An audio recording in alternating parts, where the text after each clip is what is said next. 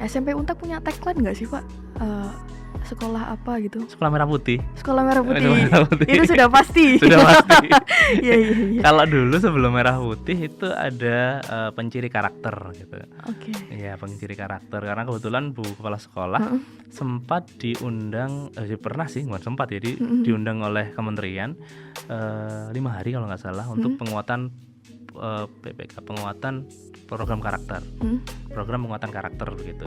Nah itu sebenarnya baseline atau dasar untuk kita waktu sekarang menggunakan kurikulum Merdeka yang profil pelajar Pancasila.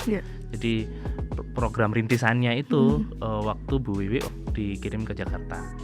Nah kita sudah sebenarnya, jadi sebelum ada gaungnya profil pelajar Pancasila, anak-anak itu sudah dapat duluan, yaitu pakai program penguatan karakter itu.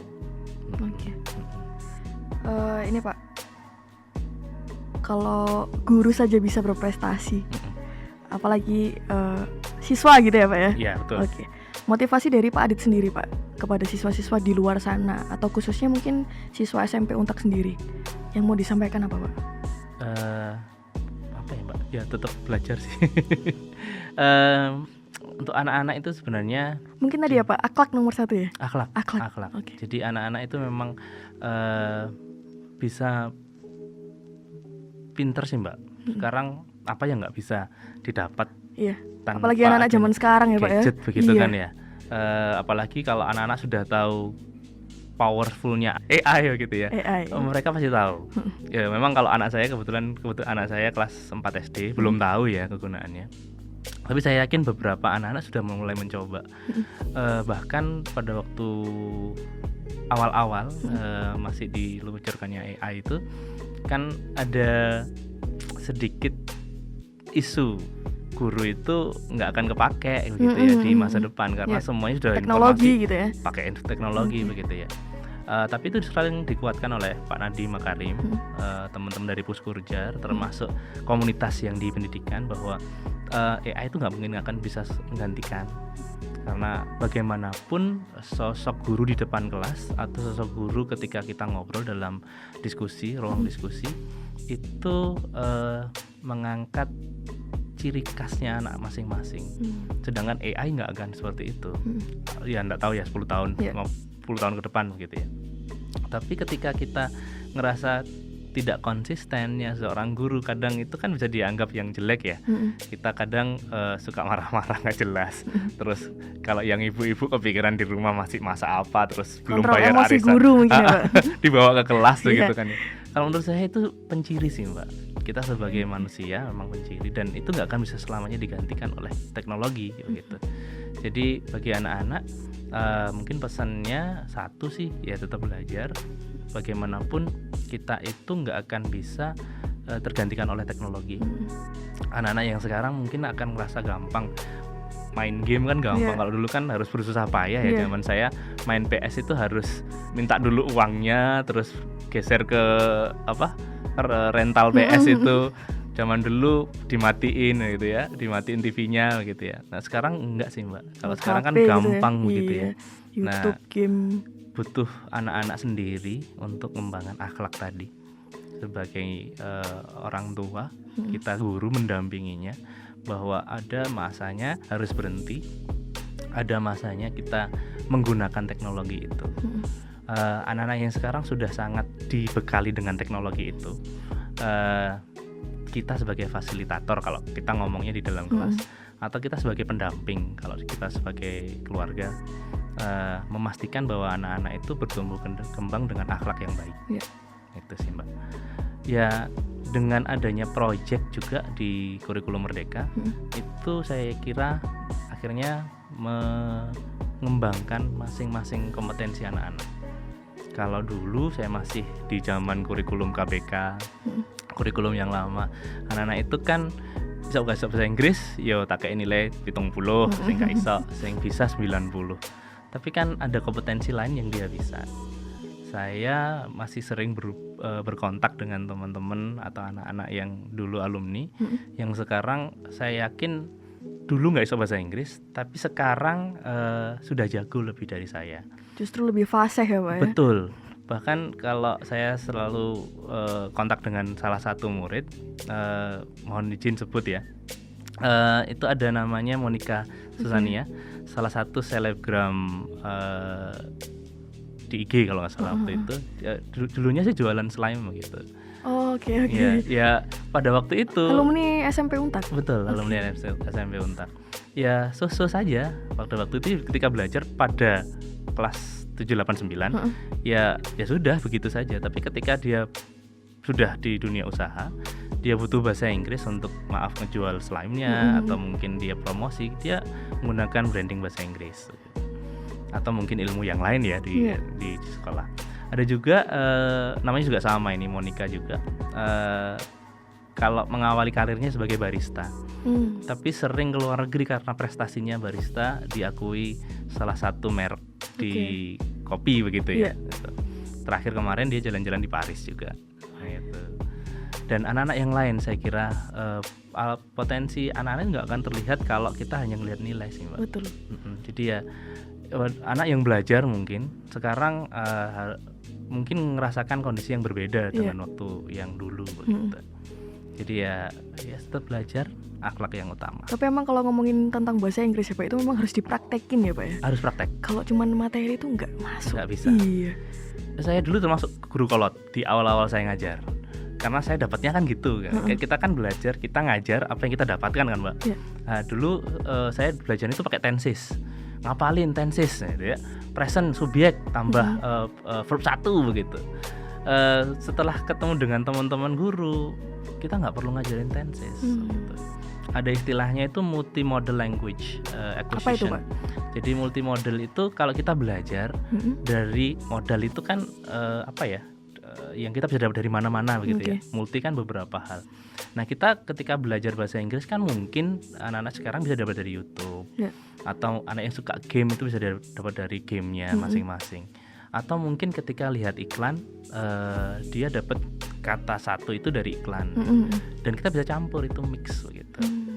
Nah, saya akhirnya jadi orang yang ngerasa paling bersalah gitu ketika ngajarin tenses dulu. Tapi ya saya salahin dulu lah, saya ngajarin dulu. Jadi saya ubah pahaman itu ketika 2016 memang Mbak. Jadi tenses itu penting, tapi nggak perlu diajarin sampai harus ngapalin gitu. Oke. Kalau tadi untuk siswa Pak, sekarang pesan untuk mungkin khususnya guru-guru muda ya Pak ya, yang baru mulai berkarir di dunia pendidikan, dari Pak Adit sendiri apa? Ngajar dhisik. Jadi memang nyemplungo dhisik ngono ya Pak. Iya, ngajar karena makanya mungkin programnya pemerintah itu kan ada kampus merdeka itu untuk mereka dapat praktek lebih. Karena apa yang kita dapat di teori itu kadang gini, dulu saya ngerasa Mbak, waktu saya belajar di kampus di awal-awal semester itu IP saya 3,5, 3,8. But it's not a big thing ketika saya di kelas atau ketika saya ngajar di privatan. Apa yang saya dapat itu hanya sekedar teori, tapi gimana ngolah anak-anak untuk belajar, mau belajar, tertarik bahasa Inggris, itu beyond that, beyond nilai yang saya dapatkan. Jadi di akhir-akhir ketika saya dapat nilai tinggi itu pun begini ya, ternyata ketika dapat nilai tinggi itu bukan selalu bisa dipakai di dunia kerja gitu ya. Untungnya pada waktu itu ada teman saya yang nggak jadi ngajar, akhirnya ikut ngajar begitu. Saya akhirnya paham, oh ternyata ngajar itu seperti ini gitu. Tapi ketika ngerjakan skripsi ya dibantai juga sama dosen skripsinya juga ya. Oh ini ngajar ini nulis grammar sih salah gitu. Gitu. Ya tetap seperti itu, tetap pakai. Jadi kita harus jalan basic. Nah bagi teman-teman guru-guru yang baru, saya kira sekarang showcase-nya banyak, contohnya banyak, role modelnya banyak, apalagi kan ada arahan jadi guru konten kreator gitu ya. Walaupun ada beberapa hal memang saya nggak setuju di 1-2 hal konten kreator gitu. Tapi menurut saya itu menarik untuk kita lihat. Termasuk saya juga ngikutin yang kemarin sama Alan Walker, yang dari yang guru Medan, itu ya, Pak? Guru musik itu. Terus yang dari Surabaya ada Pak Abing kan juga. Oke. Terus ada lagi guru-guru yang lain, termasuk teman saya yang ada di Kediri itu juga ada. Satu ngajar, jadi fokuskan ke anak, kebutuhan anak itu apa, kebutuhan belajar itu anak apa, dan jangan disamaratakan semua. Terus kalau saya sih sama teman-teman selalu bilang ya, walaupun ini misalnya ideal banget begitu ya, kalau artis bisa bikin resolusi awal tahun, guru pun juga bisa dong bikin resolusi awal tahun. Artinya ada dua aspek yang utama selalu saya saya selalu pikirkan di awal tahun itu. Saya ngembangkan diri saya profesional, saya sama ngembangkan orang lain. Kalau ngembangkan diri profesional pasti saya pengen ikut seminar ini. Ini saya target di awal tahun, Mbak. Jadi di awal tahun tanggal 1 itu kira-kira saya list saya ikut seminar apa aja. Saya bisa ikut seminar apa aja. Terus untuk pengembangan diri sendiri ya, Pak. Betul. Kira-kira target saya itu berapa sih? Kalau tahun kemarin targetnya 3, saya bisa nggak ikut 4 yang ini. Terus sebisa mungkin dalam 1 tahun saya dapat 2 sertifikat yang labelnya kementerian gitu. Terus bisa nggak saya dapat internasional gitu. Kemarin kalau waktu pandemi masih enak, masih agak terfasilitasi begitu ya. Pada waktu 2022 itu kebetulan ada tawaran dari British Council, webinar daring, seminar daring selama hampir 1 bulan. Itu dari University of Sheffield, London. Itu waktu itu lolos, akhirnya ikut begitu. Nah, berarti ini sudah centang gitu. Jadi memang di setiap awal tahun kalau bisa memang saya bikin resolusi, termasuk selain seminar penghargaan. Kira-kira saya bisa buat karya tulis apa begitu. Karena guru sejatinya kan kalau kita nggak belajar maka kita nggak akan bisa ngikutin informasi terbaru. Betul. Iya. Terakhir, Pak. Boleh. Apa harapan Pak Adit untuk masa depan pendidikan di Indonesia? Wah, ini besar ini. Luas ini, Pak. Iya. Kalau saya harapan saya sendiri satu, apa yang sudah dirancang sekarang menurut saya ini, Mbak, karena secara pribadi begitu ya, yang di kurikulum Merdeka itu cocok dengan saya. Dengan adanya anak-anak project, ada anak-anak diferensiasi, kita istilahnya itu ada kalau di guru penggerak itu menghamba pada anak, tapi itu kontroversi begitu Mbak. Menghamba pada anak itu agak kontroversi. Kalau saya akhirnya lebih suka itu mengarus utamakan anak gitu ya, kebutuhan peserta didik. Jadi harapan saya mudah-mudahan program ini tetap ada berjalan bagi teman-teman ketika yang baru tadi mengajar, mudah-mudahan nantinya itu punya passion yang sama.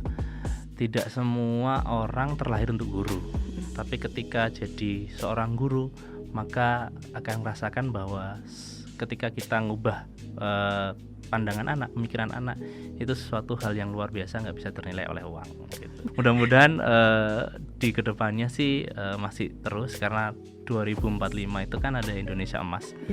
Jadi anak-anak ya guru-guru tetap mendampingi, tidak ada perubahan signifikan masalah pembelajaran, karena ketika kurikulum kalau menterinya ganti kan kurikulum berganti. Mudah-mudahan itu tidak signifikan terganti sehingga tidak mulai lagi dari awal. Gitu sih, Pak. Oke. Mungkin cukup ya Pak Adit. Siap. Ngobrol-ngobrolnya untuk kali ini. Jadi itu mungkin teman-teman. Kalau artis saja kata Pak Adit punya resolusi, maka guru ya Pak, guru juga harus punya resolusi. Harus Mbak, harus. Segitu aja podcast untuk kali ini. Mudah-mudahan kita bisa ngobrol di lain kesempatan ya Pak Adit. Siap, Mbak. Terima kasih sudah hadir di Sama-sama. podcast Warta 17 Agustus. Sama-sama. Sehat selalu Pak Adit. Kalau ada yang kurang mohon maaf. Gak apa-apa Pak Adit. Terima kasih Pak Adit. Sama-sama Mbak Mania. Ada satu kutipan yang saya suka dan waktu itu saya lihatnya dari salah satu film, ini production dari MTV begitu ya, dari Marianne Anne Williamson. Our deepest fear is not that we are inadequate. Our deepest fear is that we are powerful beyond measure. We ask ourselves, who am I to be brilliant, gorgeous, talented and fabulous? Actually, who are you not to be? We were born to make manifest the glory of God that is within us. And as we let our own light shine, we unconsciously give other permission to do the same. Jadi salah satu kutipan ini yang selalu kadang mengingatkan saya bahwa sebenarnya kalau ketika kita ditanya sebenarnya kita takutnya apa gitu. Nah ini mungkin buat anak-anak juga buat guru-guru. Sebenarnya bukan ketakutan, tapi keinginan kita untuk membagikan cahaya kita atau kepengetahuan kita kepada orang lain itu lebih besar, dan itu bisa berpengaruh ke banyak orang. Jadi ketika nanti teman-teman atau anak-anak ketika ditanya apa sih yang kamu takutkan, sebenarnya ketika diciptakan kita dari awal adalah juara, maka ketika nantinya pun sebagai insan, sebagai seorang yang luar biasa, saya yakin setiap orang itu hebat, pasti punya cahaya untuk dibagikan kepada orang lain. Terima kasih.